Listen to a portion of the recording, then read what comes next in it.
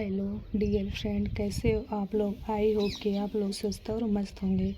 आज मैं आपको यूपी डीएलएड का फर्स्ट सेमेस्टर का जो 7वां प्रश्न पत्र है वो है संस्कृत का। उसके सिलेबस को आगे बढ़ाते हुए टॉपिक का डिस्कशन करूंगी। तो मैंने आपको पहली क्लास में जो संस्कृत की थी उसमें सिलेबस का डिस्कशन कराया था। अगर आप लोगों ने अभी तक सिलेबस की क्लास को नहीं देखा है, यानी हम लोग की पहली क्लास को नहीं देखा है, तो उसको देख लीजिए जाके और अपने कॉपी में पहले पेज में उसके सिलेबस को नोट कर लीजिए, ताकि आप लोगों को पता चल जाए कि हमको संस्कृत में पढ़ना क्या क्या है। इसके बाद हम लोगों ने आज संस्कृत के सिलेबस के जो फर्स्ट टॉपिक है उसको उठाया है और उसका प्रॉपर वे में डिस्कशन करेंगे। तो आइए सब लोग सिलेबस को आगे बढ़ाते हुए टॉपिक का डिस्कशन करते हैं, और आप लोग साथ साथ नोट्स भी बनाते चलिएगा, जिससे आप लोगों को एग्ज़ाम में तो हेल्प होगी ही, आगे चल के आपको टेट सीटेड में भी हेल्प होगी। तो चलिए अपने टॉपिक को स्टार्ट करते हैं। संस्कृत के बारे में जानते हैं। संस्कृत क्या है? संस्कृत विश्व की सबसे प्राचीन भाषा है। ज्ञान विज्ञान के जितने भी ग्रंथ हैं संस्कृत भाषा में लिखे गए हैं और किसी प्राचीन भाषा में नहीं लिखे गए हैं। यानी संस्कृत जो है वो विश्व की सबसे प्राचीन का मतलब होता है पुरानी भाषा है। और ज्ञान विज्ञान के जितने भी ग्रंथ हैं सब किस में लिखे गए हैं? संस्कृत भाषा में लिखे गए हैं और किसी प्राचीन भाषा में नहीं लिखे गए हैं, यानी और कोई भी पुरानी भाषा में नहीं लिखे गए हैं। लेकिन जो सबसे प्राचीन यानी सबसे पुरानी भाषा है वो हमारी कौन सी है? संस्कृत है। इसका साहित्य ऋग्वेद से लेकर अभी तक है। कह रहे हैं जो संस्कृत भाषा है इसका साहित्य क्या ऋग्वेद से लेकर अभी तक है। ये ऋग्वेद कौन सा वेद है? ये ऋग्वेद क्या है? सबसे पहला वेद है। और क्या है? सबसे प्राचीन यानी सबसे पुराना वेद है। सबसे प्राचीन का मतलब होता है पुराना। ठीक, तो जो ये है क्या बोलते हैं इसको? ऋग्वेद है। ये क्या है? सबसे पुराना वेद है। तो वही कहा गया है कि इसका साहित्य ऋग्वेद से लेकर अभी तक है। यानी सबसे जो पुराना वेद है वो कौन सा है? हमारा ऋग्वेद है। तो तब से लेकर अब तक है। सबसे पहला वेद ऋग्वेद ही है। सबसे प्राचीन वेद भी ऋग्वेद ही है। आप लोगों के अगर एग्जाम में आता भी है, कभी कभी पूछ भी लिया जाता है कि सबसे प्राचीन यानी सबसे पुराना वेद कौन सा है, तो आप लोग क्या बताओगे कि सबसे पुराना वेद कौन सा है? ऋग्वेद है। अगर पूछ लिया जाए कि सबसे पहला वेद कौन सा है, तो आप लोगों को यही बताना है कि जो सबसे पहला वेद है वो भी कौन सा है? ऋग्वेद ही है। ठीक, अब चलिए आगे चलते हैं। आगे पशु पक्षियों के संस्कृत में नाम, यानी कुछ पशु होंगे और क्या होंगे? कुछ पक्षी होंगे। इनको क्या करना है? हम लोगों को संस्कृत में नाम पढ़ना है कि पशु पक्षियों को संस्कृत में क्या कहते हैं। ये एग्ज़ाम में बहुत आते हैं।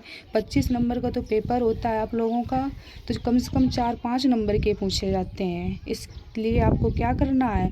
बहुत अच्छे तरीके से तैयार करते चलना है। ये जो 25 नंबर वाले पेपर होते हैं इनमें बैक बहुत लगती है और एक नंबर से लगती है। इसलिए आपको क्या करना है? बहुत अच्छी तरीके से चीज़ों को तैयार करना है। इसमें क्या होता है 25 नंबर वाले पेपरों में फैक्चुअल क्वेश्चन बहुत पूछे जाते हैं। ऑब्जेक्टिव में तो पूछे ही जाते हैं, अति लघु उत्तरीय प्रश्न जो होते हैं उसमें भी पूछे जाते हैं। इसलिए आपको क्या करना है? बहुत अच्छी तरीके से प्रॉपर वे में एक एक तैयार करते चलना है। तो चलिए पढ़ते हैं। पक्षी तथा पशुओं के नाम संस्कृत में। तो चलिए पढ़ते हैं। जो पक्षी होते हैं और जो पशु होते हैं उनको संस्कृत में क्या कहते हैं?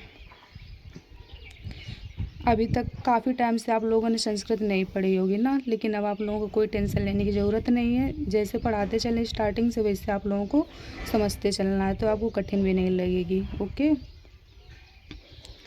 सबसे पहली जो है हमारा वो है बकरी। तो बकरी को संस्कृत में क्या कहते हैं? अजा कहते हैं। ठीक, यानी बकरी है तो इसको संस्कृत में क्या कहते हैं? अजा कहते हैं। या तो फिर आपके एग्जाम में अजा लिख के आ जाएगा कि पूछेगा अजा किसको कहते हैं, तो फिर आपको क्या लिखना पड़ेगा? बकरी लिखना पड़ेगा। ठीक, इसके बाद जो हम लोग का दूसरा है वो है हाथी, यानी हाथी को क्या कहते हैं? हाथी को कहते हैं गजा या अस्थि। ठीक। फिर इसके बाद जो हम लोग का तीसरा है वो है हिरन। हिरन को क्या कहते हैं? मृगा कहते हैं। ठीक। फिर इसके बाद जो हम लोगों का अगला आ रहा है वो आ रहा है घोड़ा, यानी घोड़ा किसे कहते हैं? घोड़े को कहते हैं अश्व। ठीक। फिर इसके बाद जो हम लोग का अगला आ रहा है वो आ रहा है खरगोश। खरगोश को क्या कहते हैं? सस्का कहते हैं। इसके बाद जो हम लोग का अगला आ रहा है वो क्या है? शेर। शेर को क्या कहते हैं? सिंघा कहते हैं। या तो फिर लिख के आ जाएगा कि सिंह किसे कहते हैं, तो आपको क्या लिखना पड़ेगा? शेर लिखना पड़ेगा। ठीक। तो जो हम लोग की पहली है वो है बकरी। बकरी को क्या कहते हैं? अजह। फिर इसके बाद आ गया हाथी। हाथी को क्या कहते हैं? गजा, या फिर क्या कहेंगे? हस्ती कहेंगे। इसके बाद हम लोग का आ गया हिरन। हिरन को क्या कहते हैं? मृगा कहते हैं। इसके बाद क्या आ गया? घोड़ा। घोड़ा को क्या कहते हैं? अश्व कहते हैं। ठीक। तो आप लोगों को बहुत अच्छी तरीके से समझ में आया होगा। आप लोगों को रटना नहीं है, बस समझते चलना है, बार बार रिवीजन करना है, तो आप लोगों को क्या होगा? जल्दी तैयार होगा। इसके बाद जो हम लोग का अगला आ रहा है वो है खरगोश। खरगोश को कहते हैं शशका। फिर इसके बाद जो हम लोगों का आ रहा है शेर। शेर को कहते हैं सिंघा। ये जो हम लोग का खरगोश है ये इम्पॉर्टेंट है, एग्जाम में पूछा जाता है। इसके बाद जो हम लोग का अगला आ रहा है वो आ रहा है भालू। इसको कहते हैं भलुका। फिर इसके बाद जो हम लोग का अगला आ रहा है वो है भैंस। भैंस को बोलते हैं महिषी। फिर इसके बाद जो हम लोग का अगला आ रहा है बंदर। बंदर को बोलते हैं बानरा या मारकटा बोलते हैं। ठीक। खरगोश को बोलते हैं शशका। शेर को बोलते हैं सिंह। भालू को बोलते हैं भालुका। भैंस को बोलते हैं महिषी। बंदर को बोलते हैं बानरा। ठीक। तो चलिए यहाँ तक आप लोगों को बहुत अच्छी तरीके से समझ में आया होगा। अब आगे बढ़ते हैं। आगे हम लोगों का आ रहा है भेड़। भेड़ को बोलते हैं मेसा। भेड़ को क्या बोलते हैं? मेष। इसके बाद हम लोग का आ रहा है बैल। बैल को बोलते हैं, क्या बोलते हैं? वृषभा। इसके बाद हम लोग का जो अगला है वो है गधा। गधा को बोला जाता है गदर्भा। इसके बाद हम लोग का अगला आ रहा है ऊँट। ऊँट को बोला जाता है उष्टा। जो हम लोग का इसमें बैल है, बैल इम्पॉर्टेंट है, ये आता है एग्जाम में। तो क्या है? भेड़। भेड़ को क्या बोला जाता है? मेष। इसके बाद है बैल। बैल को बोला जाता है भृसवा। फिर इसके बाद क्या है? गधा। गधा को बोला जाता है गदर्भा। फिर आ गया हम लोगों का ऊँट। तो ऊँट को क्या बोला जाता है? ऊष्ट। इसके बाद हम लोगों का अगला है जो वो है गाय। गाय को क्या बोला जाता है? गौ या धेनु। ठीक। फिर हम लोगों के जो अगला आ रहा है वो आ रहा है बिल्ली। बिल्ली को अब क्या बोला जाता है? मजारी। इसके बाद हम लोग का आ रहा है कुत्ता। कुत्ता को क्या बोला जाता है? कुकरा। इसके बाद हम लोग के आ रही है गिलहरी। गिलहरी को क्या बोला जाता है? चिक्रोड। ठीक। चलिए एक बार इसका फिर से रिवीजन कर लेते हैं। भेड़ को बोला जाता है मेष। बैल को बोला जाता है वृषभा। गधा को बोला जाता है गदर्भा। ऊँट को बोला जाता है ऊष्टा। गाय को बोला जाता है गौ या धेनु। भैंस को बोला जाता है महिषी। बिल्ली को बोला जाता है मजारी। कुत्ता को बोला जाता है कुकरा। गिलहरी को बोला जाता है चिक्रोड़। तो आप लोगों को ये जो थे पशु पक्षियों के नाम बहुत अच्छे तरीके से समझ में आए होंगे यहाँ तक के। चलिए एक बार हम फिर से रिवीजन करा देते हैं। बकरी को बोलते हैं अजा। हाथी को बोलते हैं गजा। हिरन को बोलते हैं मृगा। घोड़ा को बोलते हैं अश्व। खरगोश को बोलते हैं सस्का। शेर को बोलते हैं सिंह। भालू को बोलते हैं भालुका। भैंस को बोलते हैं महिषी। बंदर को बोलते हैं बानरा। भेड़ को बोलते हैं मेष। बैल को बोलते हैं वृषभा। गधा को बोलते हैं गदर्भा। ऊँट को बोलते हैं उष्टा। गाय को बोलते हैं गौ। भैंस को बोलते हैं महिषी। बिल्ली को बोलते हैं मजारी। कुत्ता को बोलते हैं कुकरा। गिलहरी को बोलते हैं चिक्रोड़। ठीक। तो चलिए अब आगे बढ़ते हैं। आप लोगों ने यहाँ तक के नोट्स भी बनाए होंगे। इसके बाद क्या होता है? न्योला। न्योला को बोला जाता है नकुला। इसके बाद होता है कुतिया। कुतिया को बोला जाता है शर्मा या सुनी। इसके बाद जो है अगला वो है क्या? बगुला। बगुला को क्या बोला जाता है? बालका। बालाका। बगुला को बोला जाता है बलाका। इसके बाद भेड़िया, भेड़िया को बोला जाता है ब्रक्का। ठीक। नेवला को क्या बोला जाएगा? नकुला। कुतिया को क्या बोला जाएगा? शर्मा या शुनी। बगुला को बोला जाएगा बालका, बलाका, बलाका। बगुला को क्या बोला जाएगा? बलाका। ठीक। इसके बाद भेड़िया को क्या बोला जाएगा? ब्रक्का। तो आप लोगों को जो यहाँ तक के थे पशुओं के नाम बहुत अच्छे तरीके से समझ में आए होंगे और आप लोगों ने क्या किया होगा? नोट्स भी बना लिया होगा। अगर हिंदी से लिख के आ जाएगा तो आप लोगों को फिर संस्कृत में लिखना होगा। अगर संस्कृत में लिख के आ गया तो आप लोगों को क्या करना होगा? हिंदी में लिखना होगा। ऑब्जेक्टिव क्वेश्चन ये पूछ लेता है और जो वेरी शॉर्ट नहीं होते जिनको अति लघु उत्तरीय प्रश्न पूछते हैं उसमें भी पूछ लेता है। इसलिए आपको क्या करना है? बहुत अच्छे तरीके से तैयार करते हुए चलना है। 25 नंबर वाले पेपरों में तो बहुत अच्छी तैयारी करनी चाहिए क्योंकि इसमें बैक बहुत लगती है, एक एक नंबर से लग जाती है और फैक्चुअल क्वेश्चन बहुत पूछे जाते हैं। इसलिए आपको क्या करना है? समझते चलना है चीज़ों को बहुत अच्छे तरीके से। तो चलिए अब आगे बढ़ते हैं। अब आगे आ रहे हैं हम लोगों के पक्षियों के नाम। तो चलिए जानते हैं कि कुछ हिंदी में लिख के आएंगे तो आपको संस्कृत में लिखना होगा। अगर संस्कृत में लिख के आ गए तो आप लोगों को क्या करना है? हिंदी में लिखना है। तो चलिए बढ़ते हैं। पहला आ रहा है मोर। मोर को बोला जाता है संस्कृत में मयूरः। इसके बाद आ रहा है कोयल। कोयल को बोला जाता है पिकाः। इसके बाद आ रहा है गौरैया। गौरैया को बोला जाता है चटका। इसके बाद आ रहा है सारस। सारस को बोला जाता है क्रौंचा। ठीक। मोर को क्या बोला जाता है? मयूरा। कोयल को क्या बोला जाता है? पिका। गौरैया को क्या बोला जाता है? चटका। सारस को क्या बोला जाता है? क्रौंचा। इसके बाद फिर आगे बढ़ते हैं। फिर हम लोग का क्या आ रहा है? कबूतर। कबूतर को क्या बोला जाएगा? कपोता। इसके बाद क्या आ रहा है? उल्लू। उल्लू को क्या बोला जाएगा? उल्का। इसके बाद क्या आ रहा है? गरुड़। गरुड़ को क्या बोला जाएगा? गरुड़ा। ठीक। इसके बाद यहाँ पे हम लोग का क्या बचा? तोता। तोता को क्या बोला जाएगा? सुका। मुर्गी को क्या बोला जाएगा? कुकटी। सारस को क्या बोला जाएगा? क्रोच। ठीक। और गौरैया को क्या बोला जाएगा? चटका। और कोयल को क्या बोला जाएगा? पिका। और मोर को क्या बोला जाएगा? मयूरा। ठीक। आप लोगों को यहाँ तक बहुत अच्छे तरीके से समझ में आया होगा। तो चलिए हम लोग क्या करते हैं? आगे बढ़ते हैं। इसके बाद हम लोगों का आ रहा है गिद्ध। गिद्ध को क्या बोला जाएगा? गृद्धा। इसके बाद क्या आ रहा है? हंस। हंस को क्या बोला जाएगा? हंसा या मायला। इसके बाद क्या आ रहा है? कौवा। कौवा को क्या बोला जाएगा? काका। आ गया समझ में? एक बार चलिए हम लोग फिर से रिवीजन करते हैं। मोर को बोला जाएगा मयूरा। कोयल को बोला जाएगा पिका। गौरैया को बोला जाएगा चटका। सारस को बोला जाएगा क्रोच, क्रोचा। इसके बाद आ रहा है मुर्गी। मुर्गी को बोला जाएगा कुकटी। इसके बाद तोता को बोला जाएगा सुका। कबूतर को बोला जाएगा कपोता। उल्लू को बोला जाएगा उल्लुका। गरुड़ को बोला जाएगा गरुड़ा। गिद्ध को बोला जाएगा गृद्धा। हंस को बोला जाएगा हंसा। कौवा को बोला जाएगा काका। ठीक। तो आप लोगों को क्या हुआ होगा? यहाँ तक बहुत अच्छे तरीके से समझ में आया होगा और आपने क्या किया होगा? नोट्स भी बहुत अच्छे तरीके से बनाया होगा। तो चलिए अब हम लोग आगे पढ़ते हैं। आगे आस-पास की वस्तुओं के नाम संस्कृत में, यानी जो आस-पास की वस्तुएं होती हैं उनके नाम किसमें पढ़ना है? संस्कृत में पढ़ना है। तो चलिए इसमें जो सबसे पहला हम लोगों का वो आएगा फलों के नाम, यानी फलों को नाम को किस में जानना है? संस्कृत में जानना है। अगर हिंदी में लिख के आ गया तो आपको संस्कृत लिखनी पड़ेगी। अगर संस्कृत लिख के आ गई तो आपको क्या करनी पड़ेगी? हिंदी लिखनी पड़ेगी। ठीक। तो चलिए आगे पढ़ते हैं। पहला आ रहा है सेब। सेब को बोलते हैं सेबम। फिर आ रहा है जामुन। जामुन को बोलते हैं जम्बूकम। फिर आ रहा है नारंगी। नारंगी को बोलते हैं नारंग फलम। इसके बाद आ रहा है लीची। लीची को बोलते हैं लिचका। फिर आ रहा है बेर। बेर को बोलते हैं बद्री फलम। इसके बाद आ रहा है अखरोट।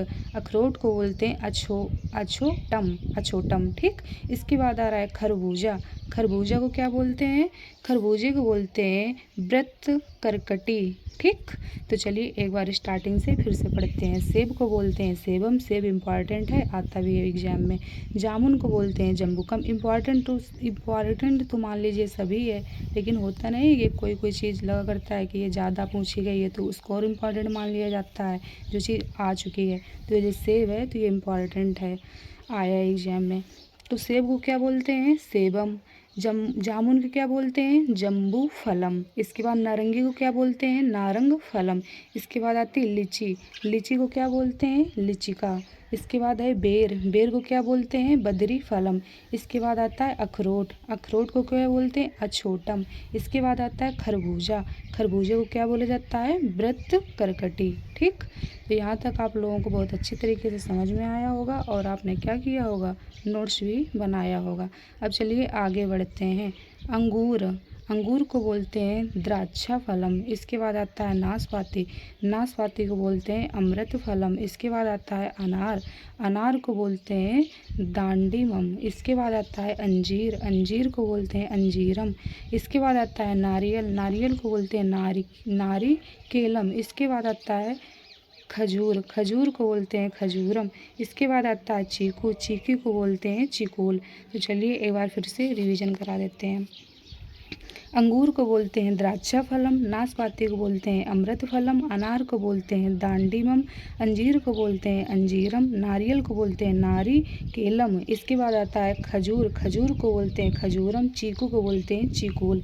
तो आप लोगों को यहाँ तक बहुत अच्छे तरीके से समझ में आया होगा। ठीक, जो फलों के नाम थे हमारे वो यहीं तक के थे, तो आप लोगों को बहुत अच्छी तरीके से समझ में आया होगा। चलिए एक बार हम लोग स्टार्टिंग से क्या करते हैं? रिवीजन करते हैं और आप लोगों को भी क्या करना है?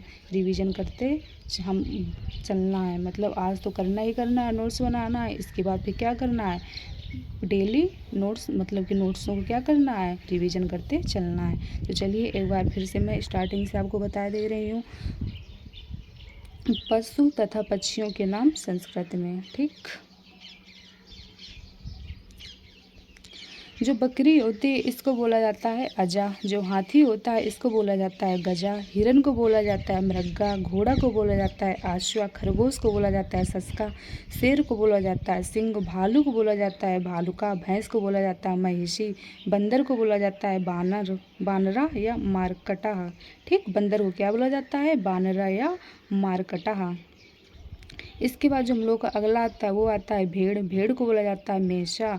भेड़ को क्या बोला जाता है? मेष। इसके बाद आता है बैल। बैल को बोला जाता है भृषभा। इसके बाद आता है गधा। गधा को बोला जाता है गधर्वा। इसके बाद आता है ऊँट। ऊँट को बोला जाता है ऊष्ठा। इसके बाद आता है गाय। गाय को बोला जाता है गौ। इसके बाद आता है भैंस। भैंस को बोला जाता है महिषी। इसके बाद आती है बिल्ली। बिल्ली को बोली जाती है मजारी। इसके बाद आता है कुत्ता। कुत्ता को बोला जाता है कुकरा। इसके बाद आता है गिलहरी। गिलहरी को बोला जाता है चिक्रोड़। ऐसे ही आप लोग जब 4 से 5 बार पढ़ोगे ना तो धीरे धीरे आपको समझ में आने लगेगा। रटना बिल्कुल भी नहीं है, समझते चलना है। इसके बाद आएगा नेवला। नेवला को बोला जाता है नकुला। इसके बाद आता है कुतिया। कुतिया को बोला जाता है शर्मा या शुनी। इसके बाद आता है बगुला। बगुला को बोला जाता है बलाका। बगुलों को क्या बोला जाता है? बलाका है। इसके बाद आता है भेड़िया। भेड़िया को बोला जाता है ब्रक्का। ठीक, तो आप लोगों को यहाँ तो बहुत अच्छे तरीके से समझ में आया होगा। चलिए आगे हम लोग पक्षियों के नाम को क्या करते हैं? रिवीजन करते हैं। मोर को बोला जाता है मयूरा। कोयल को बोला जाता है पिका। गौरैया को बोला जाता है चटका। सारस को बोला जाता है क्रोचा। मुर्गी को बोला जाता है कुकटी। तोता को बोला जाता है सुका। कबूतर को बोला जाता है कपोता। उल्लू को बोला जाता है उल्का। गरुड़ को बोला जाता है गरुड़ा। गिद्ध को बोला जाता है ग्रद्दा। हंस को बोला जाता है हंसा या मयाला। कौवा को बोला जाता है काका। ठीक, तो आप लोगों को यहाँ तक बहुत अच्छे तरीके से समझ में आया होगा। चलिए फलों के नाम का रिवीजन करते हैं। सबसे पहला आ रहा है सेब। सेब को बोला जाता है सेबम। जामुन को बोला जाता है जम्बू फलम। नारंगी को बोला जाता है नारंग फलम। लीची को बोला जाता है लिचिका। बेर को बोला जाता है बद्री फलम। अखरोट को बोला जाता है अछोटम। खरबूजा को बोला जाता है व्रत करकटी। इसके बाद आता है अंगूर। अंगूर को बोला जाता है द्राक्षा फलम। इसके बाद आता है क्या? नाशपाती। नाशपाती को बोला जाता है अमृत फलम। इसके बाद है अनार। अनार को बोला जाता है दांडीमम। इसके बाद आता है अंजीर। अंजीर को बोला जाता है अंजीरम। इसके बाद आता है नारियल। नारियल को बोला जाता है नारिकेलम। इसके बाद आता है खजूर। खजूर को बोला जाता है खजूरम। इसके बाद आता है चीकू। चीकू को बोला जाता है चीकूल। तो आई होप आप लोगों को यहाँ तक बहुत अच्छी तरीके से समझ में आया होगा और आपने क्या किया होगा? प्रॉपर नोट्स भी बनाया होगा। तो आज की क्लास है जो तो हम लोग यहीं तक रखते हैं। इसके बाद नेक्स्ट क्लास से हम लोग इसका जो सिलेबस है इसको क्या करेंगे? आगे बढ़ाएंगे। तो अगर आप लोगों ने यहाँ तक अगर पहली क्लास में नहीं देखा है सिलेबस तो उसको भी देख लीजिए जाके, और ये दूसरी क्लास है तो इसको भी क्या करना है? नोट्स बनाना है अच्छे से।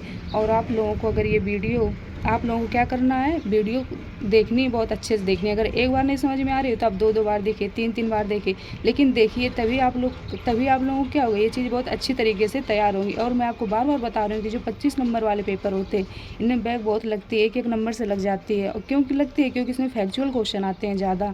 मतलब कि ऑब्जेक्टिव में तो फैक्चुअल आएँगे ही, इसके बाद अति लघु में भी पूछ लेते हैं, जो वेरी शॉर्ट नहीं होते उसमें भी यही पूछ लेते हैं फैक्चुअल क्वेश्चन। इसलिए बच्चों को क्या होगा, या तो पूरा नंबर मिलेगा या तो फिर पूरा गड़बड़ हो जाएगा।